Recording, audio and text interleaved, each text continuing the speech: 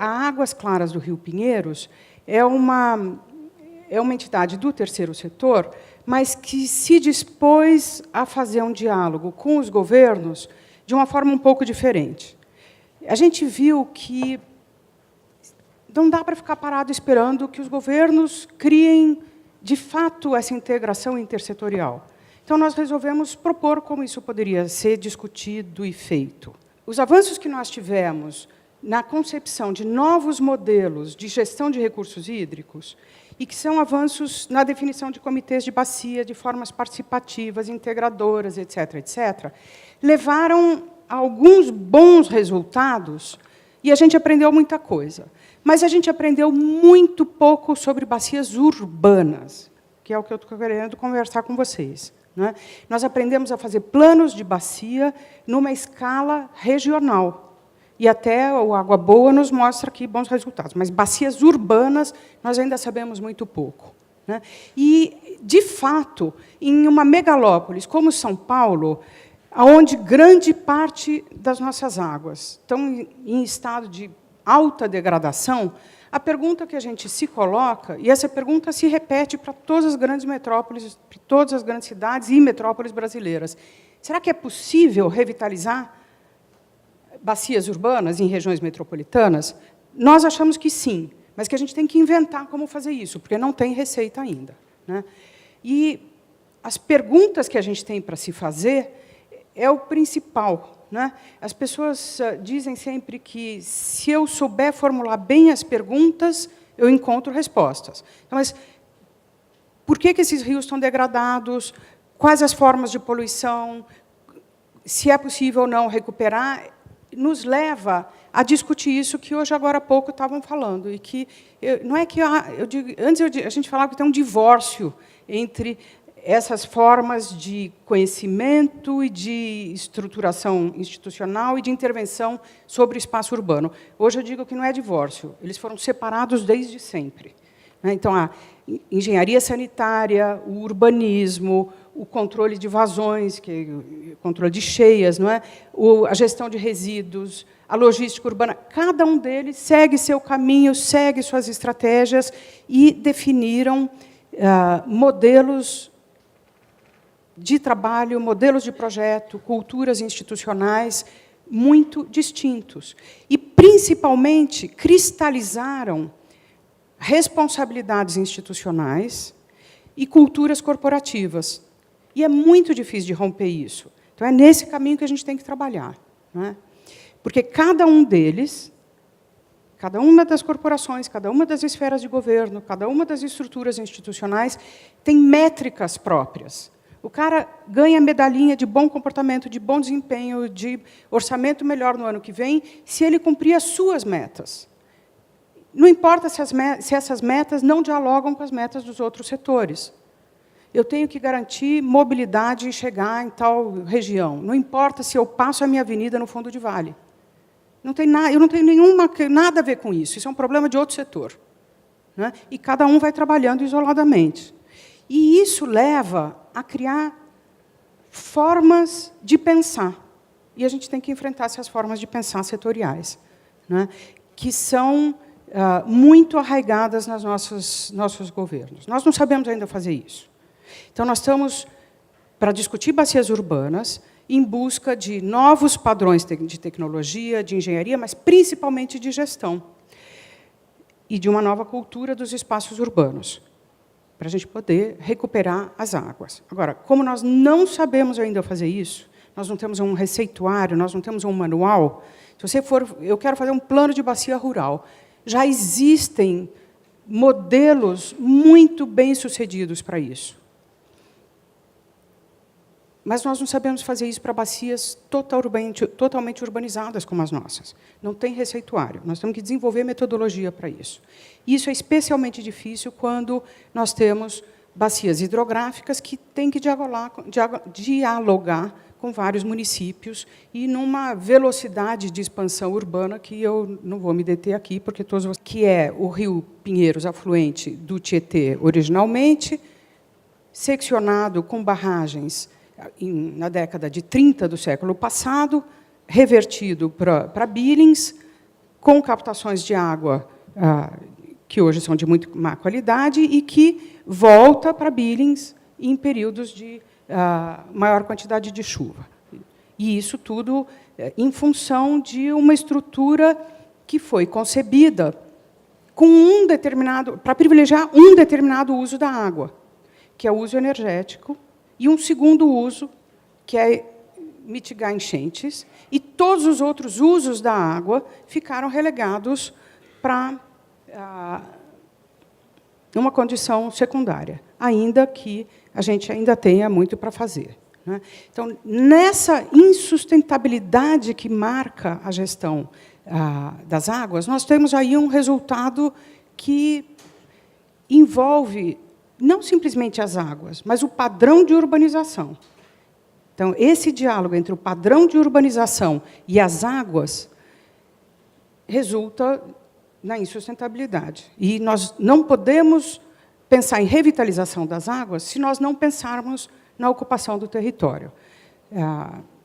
Então, tem uma série de perguntas aí que a gente não sabe responder ainda, com segurança numerológica, quantitativa e pronta para fazer projetos. Nós continuamos nesse dilema de ter muita ou pouca água, porque algumas vezes nós temos muita água e fazemos décadas seguidas projetos para eliminar essa água. E nos falta água para abastecimento. Então, o dilema entre ter muita água e pouca água é permeado pela discussão de qualidade também. Né? E isso, então, tem a ver com para que a gente quer essa água? O que a gente quer com esse rio? E como a gente pode, então, articular melhor gestão da quantidade e da qualidade da água? Que estratégias a gente pode estabelecer para essa nova forma de discussão das águas, do território, da paisagem, do saneamento, de uma forma, como todo mundo já falou, integrada. Então, o que nós estamos fazendo, e eu quero compartilhar aqui com vocês, e é importante ampliar essa discussão, é buscar um projeto piloto. Já que nós estamos em busca de uma metodologia, de uma tecnologia nova, de um modelo de gestão novo, a Águas Claras resolveu pegar uma área piloto. E pegou como projeto piloto, nosso trabalho é na Bacia do Pinheiros, que, como vocês veem, tem aí uma hidrografia riquíssima, mas estrangulada pela urbanização e extremamente poluída. Nós pegamos um trecho da Bacia do Pinheiros. E a Bacia do Pinheiros, com muita frequência, as pessoas olham assim, como se fosse uma paisagem de primeiro mundo. E, no entanto, a Bacia do Pinheiros tem isso também. E tem isso daqui também. E tem isso daqui também. Não é? E muita poluição de todo tipo. E o resultado não é aquela foto bonita primeira, mas é uma degradação de lixo, entulho, material de erosão, lodo de esgoto, todo tipo de carga colocada no rio. Essa é a foz do Pirajussara. E isso é impressionante, porque na foz do Pirajussara nós temos a confluência dos problemas urbanos de Taboão da Serra e de São Paulo. E, então, o estudo é bem mais complicado. E o resultado é que, fundamentalmente, a população de baixa renda sofre muito com isso. Mesmo nas áreas muito bem urbanizadas, isso daqui, por exemplo, vocês estão vendo o Jockey, é fácil dizer onde que nós estamos, provavelmente uma das áreas mais bem urbanizadas de todo o Brasil, tem rio, tem água, mas ninguém sabe, ninguém viu, ninguém conhece. Essa água é completamente ignorada e de muito má qualidade. Né? De tal forma que essa bacia ela é boa como um piloto, porque ela tem uma diversidade de ocupação e uma diversidade de oportunidades de intervenção que ajuda a gente a pensar o que é para fazer. Né? E tem uma quantidade muito grande de desafios. Esses desafios que estão postos aqui, todos vocês conhecem, e cada um deles tem um dono institucional diferente. Né?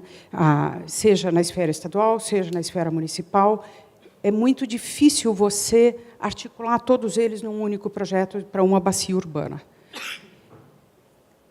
E tem uma questão muito grave, muito importante, que é a do esgoto, né? Junto com todas as outras que estão na imagem anterior. E uma questão gravíssima de padrão de projeto. Isso aqui é um projeto que está sendo ainda concluído. E é o mesmo projeto que nós fizemos desde sempre. É um projeto de expulsar as águas o mais rapidamente possível, da gente querer se livrar o mais rapidamente possível delas e ver a qualidade que está posta aí dentro do rio. Né? Mesmo quando a gente tem áreas de muito boa qualidade, o projeto é ruim. Isso é o melhor que a gente tem e é muito ruim. Né? Não tem espaço de convivência minimamente razoável, não tem biodiversidade, não tem como as águas chegarem filtradas pelo solo na água, e aí você vê lá no fundo, mais adiante no rio, a carga de poluição sólida. Né? Quando a gente faz projetos ambiciosos, caros, etc., como esse, por exemplo, que é um projeto de retenção de água montante, são projetos que ofendem a paisagem e que continuam sendo projetos muito setoriais. Cada um desses projetos de retenção de água em piscinões poderia ser também um local de retenção de sólidos, de gestão de sólidos, que deveriam não estar ali, mas que, quando eles chegam, eles têm que ser retirados e levados adequadamente. Poderia ser um lugar de tratamento da água, para que ela fluísse mais para jusante com uma melhor qualidade. E não é isso que a gente faz. Nós temos projetos de melhor qualidade. Aqui, por exemplo, é um segmentozinho de um projeto para Paraisópolis, que avançou um pouquinho na discussão de qualidade da água, da drenagem, para que o córrego Antonico chegasse mais limpo no Pirajussara, etc., mas não foi adiante. Nós temos bons projetos que chegaram a ser implantados onde dava. Se nós temos áreas mais generosas, nós sabemos fazer ótimos projetos. Mas nós temos poucos lugares em São Paulo onde a gente tem um espaço tão amplo para um projeto tão generoso. E nós temos projetos que pararam no meio do caminho. Esse daí, por exemplo, é o córrego da Água Podre, no Pinheiros, na bacia do Pinheiros, é um afluente do Jaguaré, que o projeto parou no meio. Essa é uma foto muito dramática, porque foi retirada uma parcela da população para abrir espaço para canalização de esgotos, para abrir espaço para um parque linear, e o projeto parou. Então, o que é uma revitalização de uma bacia urbana? O que a gente tem que fazer? Nós pegamos uma bacia piloto e pegamos um grupo grande de instituições, conseguimos articular um projeto que já em si é integrador, para uma determinada bacia, a bacia do rio Pinheiros. Deixa eu ver se esse aqui dá para apontar. Dá. Então, aqui vocês veem, esse daqui é o córrego do Jaguaré, que chega ali no Pinheiros, e ele corresponde a 10% da bacia do rio Pinheiros. Se a gente fizer um projeto com aquele grupo grande de instituições e conseguir estabelecer um piloto de o que a gente faz para enfrentar todas essas questões urbanas, a gente pode replicar esse projeto para outros lugares. Né?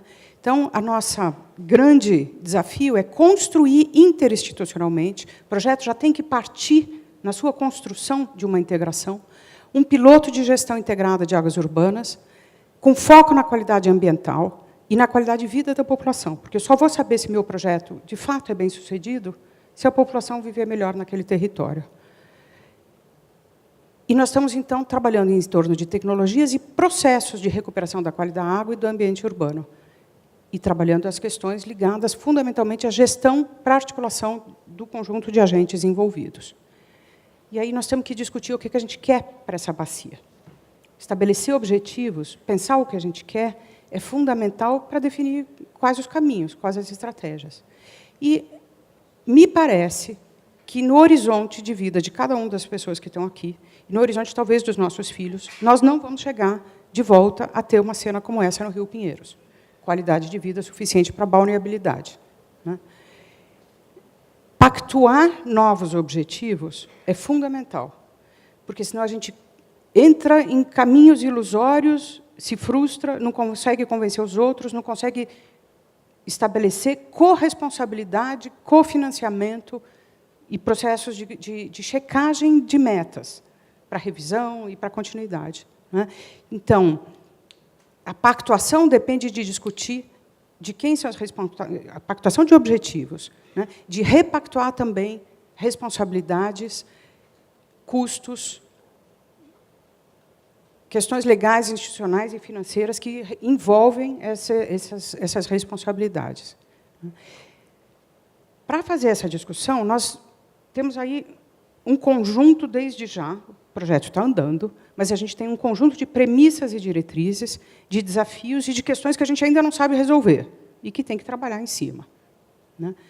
Que tipo de premissa eu estou me referindo? Primeira, são provavelmente todas elas conhecidas de vocês. Por todas elas num projeto é que pode ser um ganho. Né? Ter metas comuns, eu estou me mudando aqui de lugar, com medo de cair, mas senão eu não vejo o que está escrito lá. Eu tenho que ter metas comuns, que vão para além das missões institucionais. Porque, por exemplo, agora há pouco alguém falou, carga difusa a Sabesp não cuida. Bom, não está na atribuição institucional dela. Então, tá bom. Então, esse é um problema de quem é a atribuição institucional.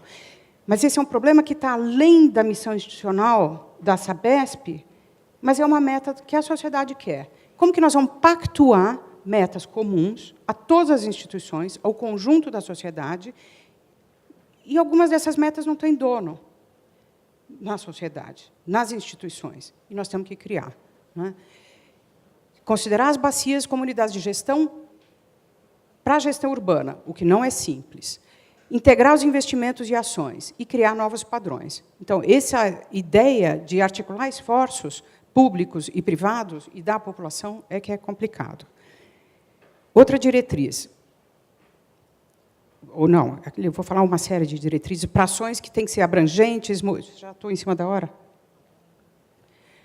Uma série de diretrizes que eu vou muito rapidamente passar, para ações que a gente sabe, e essa é uma diretriz guarda-chuva, que tem que ser abrangentes, multissetoriais, integradas, permanentes, etc. Né? E que tem como meta tanto quantidade como qualidade da água. E aí, então, mitigação de passivo, recuperação de paisagem, controle de áreas de risco, universalização da coleta de esgoto, tratamento de efluentes in situ, quando eu não consigo exportar os esgotos, minimizar os conflitos que impedem o uso múltiplo das águas, etc. Tem aí uma série de diretrizes que têm que pautar os nossos projetos. E outras tantas aqui, a recuperação de funções ambientais da água, a recuperação da relação território, chuva, drenagem, recuperação da paisagem, prevenir, recuperar e conservar a bacia hidrográfica. Como é que eu ponho tudo isso num projeto? Né?